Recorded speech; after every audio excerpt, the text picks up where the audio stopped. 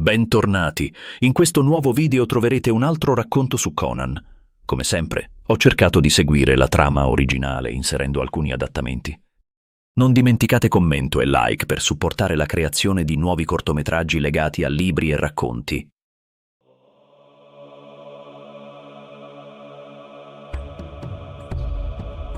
Nella vasta giungla, il tuono dei tamburi e dei corni di zanna d'elefante era assordante. Ma nelle orecchie di Livia il clamore sembrava solo un brontolio confuso, smorzato e lontano, sommerso nell'abisso del suo dolore. Nella sua mente, per quanto agitata e caotica fosse l'immagine, si stagliava ancora la figura tremante di suo fratello, torturato ed ucciso in quella giungla sperduta.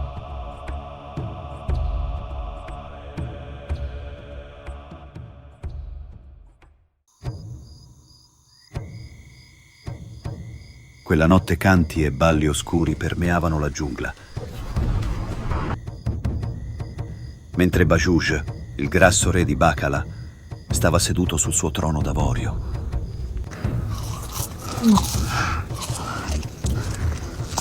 Livia rabbrividì, pensando di non avere più alcuna speranza di lasciare quel luogo. Durante la cerimonia, una colonna di guerrieri emerse dalla vegetazione. Erano i Bamula.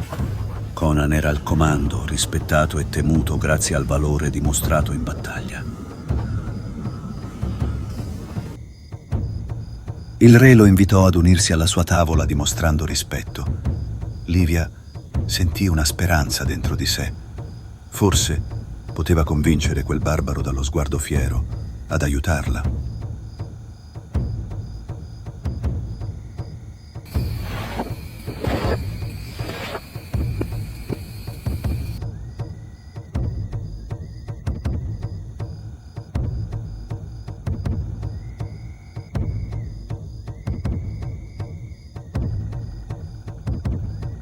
Per Crom, che ci fa una ragazza di Ophir in questa terra infernale. Il mio nome è Livia. Sono prigioniera di Bajuj. Ti prego, aiutami. Se vuoi, sono tua. Io sono Conan, un cimmero, e vivo della mia spada. Anche se la tua gente mi chiamava ladrone, ti libererò. Il barbaro pensò ad un piano, scegliendo quale sarebbe stato il momento giusto per agire. Esplorò il villaggio durante i preparativi per la riunione prevista per la sera e si accordò con i suoi guerrieri Bamula.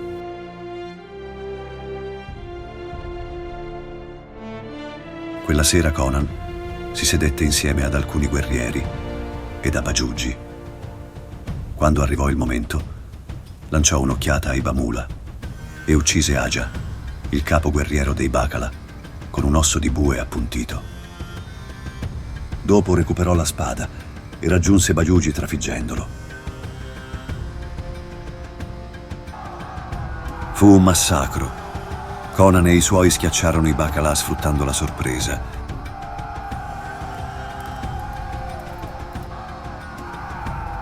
L'odore del fuoco e del sangue permeava l'aria.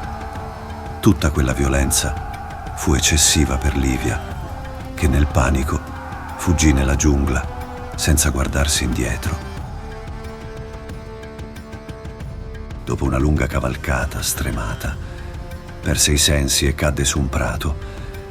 All'alba, quando si destò, capì di essere in una valle, piena di strani fiori bianchi. Livia ricordò che i Bacala parlavano di una valle dalla quale si tenevano a distanza. La leggenda narrava che centinaia di anni prima, alcune donne dalla pelle bruna, in fuga da spietati aggressori, giunsero in una valle e furono tramutate in fiori dai loro dei, che così le salvarono. Esplorando la valle arrivò in una radura con una grande pietra posizionata tra due colonne. Livia si avvicinò incuriosita. Forse l'altare era legato ad una antica divinità dimenticata.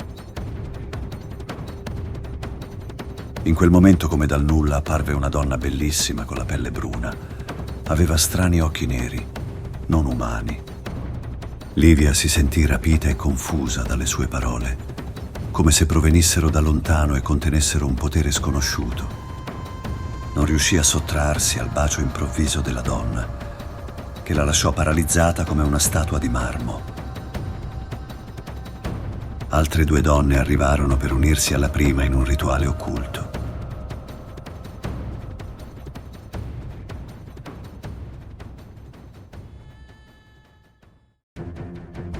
Ad un tratto Livia vide apparire una figura nel cielo, un orrore cosmico che sembrava provenire da un'altra dimensione. Scendeva per reclamare la sua vita.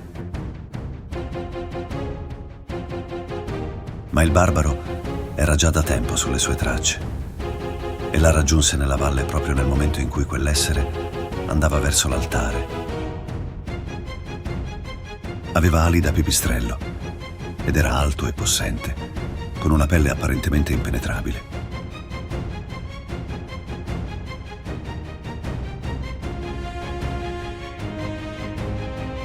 Il suo avversario sembrava invincibile, ma alla fine il cimmero riuscì a ferirlo ad un'ala.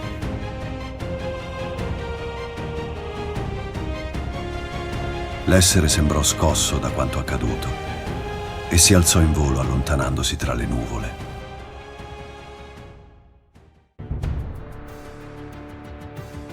Le donne dalla pelle bruna scomparvero e Livia riuscì nuovamente a muoversi.